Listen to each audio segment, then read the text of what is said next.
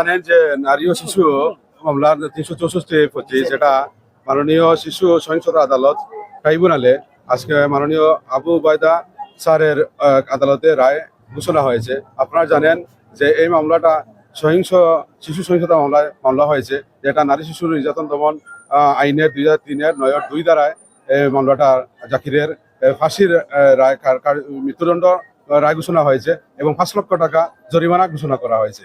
অপর যে দুই আসামি, আদালত বলছেন যে দুইজন সাক্ষীর নাম বলেছে, তাদের সংশ্লিষ্টতার প্রত্যক্ষ কোনো সাক্ষী নাই, যার কারণে তাদেরকে খালাস দেওয়া হয়েছে। আমরা এই রায়ের উপরে সংক্ষুব্ধ, আমরা উচ্চ আদালতে আপিলে যাব।